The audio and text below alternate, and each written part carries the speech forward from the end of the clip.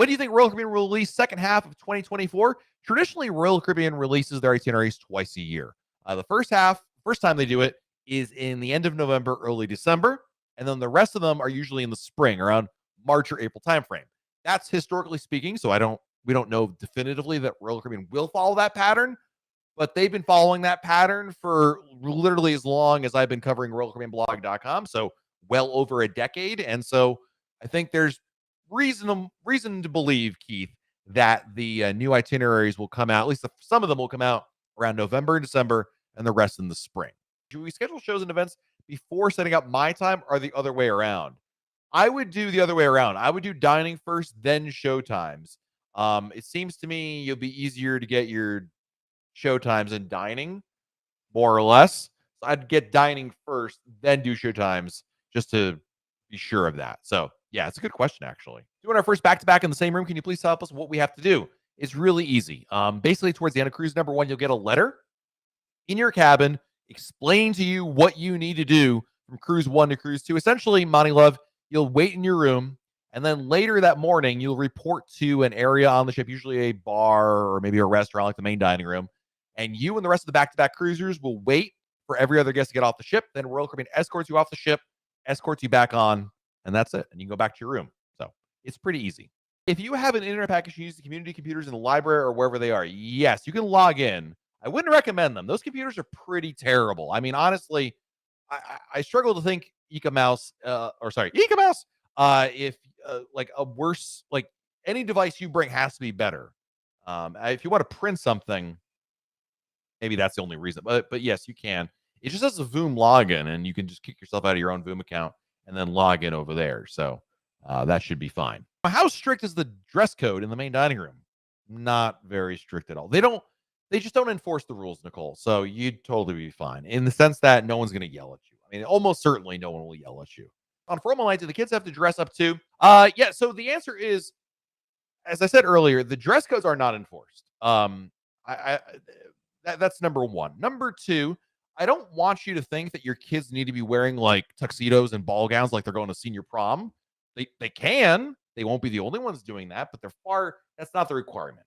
So I want you, even though it's called formal night, not nearly as formal as you might think. And most people are far more casual than what you might think there would. Will there be some people wearing a tuxedo? Yes. Will there be some people wearing ball gowns? Yes. But I think most men, I'm not talking about kids, I'm just talking like, guys here. Like I'll be wearing a jacket because I like to do a jacket and a collared shirt and like khakis or something or slacks, right? I don't wear a tie all that often because unless it goes with the suit, slave to fashion. What can I say? But I'll wear a suit basically at most. I don't wear a tuxedo or anything like that. But on other nights, honestly, a shirt like this is totally fine. So, for your kids, I don't know if you have boys or girls, but certainly they don't have to dress up like they're going to senior prom. Let me put it that way. And going back to what I said earlier, sometimes the dress codes aren't even that well enforced. So, yeah. Is there a reason Royal Caribbean doesn't sail out of San Francisco? There's probably a lot of there are, yes. There's some, we don't know which one may be the primary reason, but there's a couple of reasons why. Number one, Royal Caribbean's West Coast presence is very limited, primarily because they can make more money with their ships elsewhere.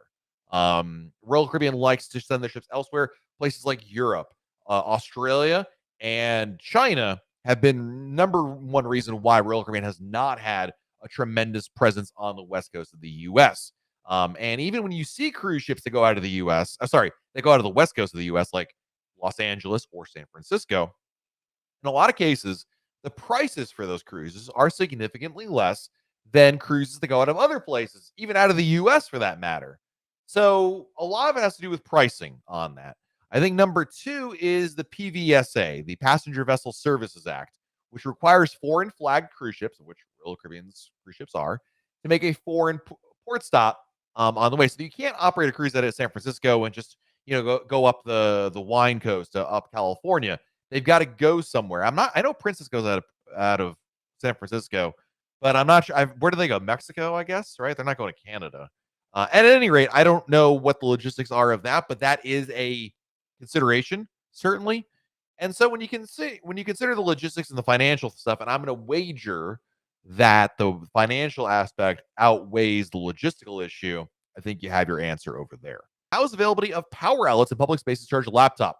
Slim to none, Mike. It's a as someone who would love to do more work in public spaces, there's really not.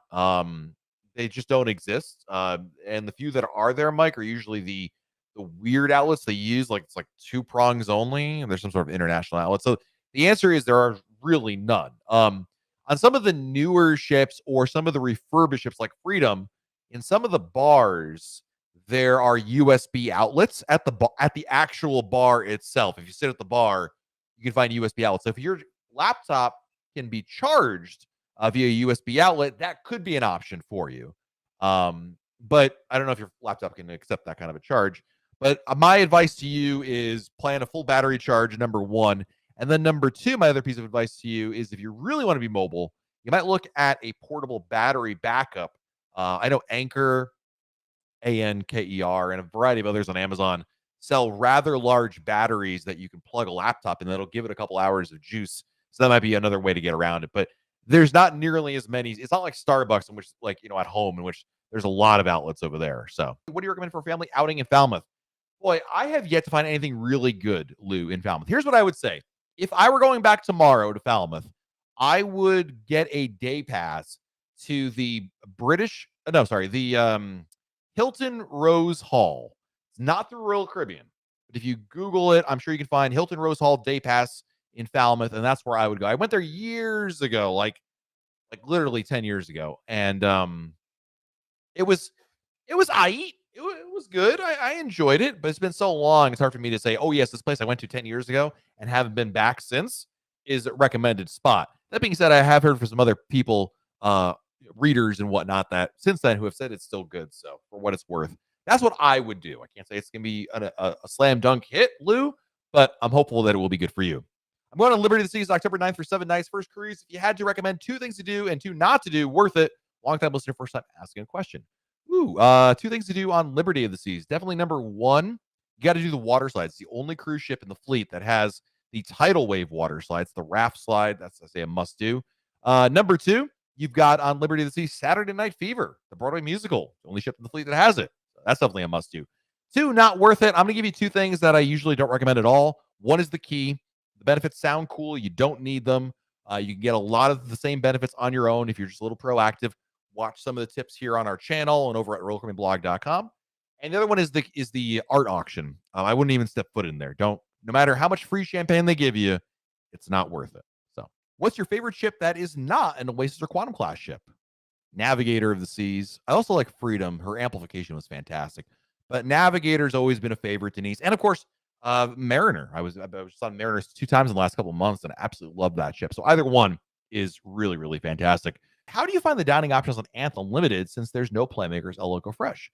Actually, that's kind of interesting. You think it's limited? I think it's great. I don't know if you mean, well, there's still plenty. I mean, there's Izumi sushi, which I really like. There's of course chops, but no, I've never had any. I've never really thought, oh, Anthem, not a lot to dine on. I mean, we're kind of spoiled, Edwin. When you talk about the amount of dining options, like especially this is true. Just forget Anthem for a second. Just the whole fleet. Like, there's about a half dozen ships that have like all the latest and greatest stuff. Like an El Loco Fresh and all these places I can't rattle off. But Doghouse and that really Royal Caribbean has really upped its game in that regard. But there are still most ships that don't have it, but there's still plenty to eat. Like I was on Mariner, Edwin, and that has for complimentary main dining room, Windjammer, Doghouse, and Cafe Promenade. And I find that to be totally fine. I mean, you've got, Sorrento's Pizza, you've got Cafe Promenade still on Anthem. There's got just what I need on there. So I find it, I never go hungry. Let's put it that way.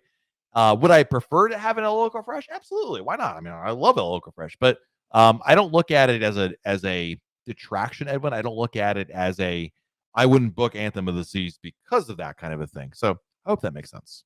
Is there any name you would love for a Royal Caribbean ship? I would recycle names. I'd love to see a new class of ships with the sovereign name. Sovereign, Majesty, Monarch. I'd love to see those names. Empress. I'd like to see those names come back as well. I think it's kind of a neat nod. Carnival's doing that now with Mardi Gras and Celebration. I think that's a really neat way to pay homage to the past. Are you still restricted on arrival times, or are you able to arrive early to the ship since many pandemic-related restrictions have been lifted? As of right now, Brian, the check-in times are still enforced, or they're supposed to be enforced. So the answer is no. It's not like the old. I know what you're asking. Like the old days, pre-COVID, I would have sit here and told you whatever time you get, ignore that time and show up earlier than that. You're supposed to still follow the times there, Brian. So thank you for the super chat. But the answer, as far as I know, is you're still supposed to go there for the times, and they will ask you what time's your check-in time when you get there. Have you ever done a cruise over Thanksgiving? Do you recommend Amy Dining Room? Yes, and yes. I'm doing one also again, CMT again this year.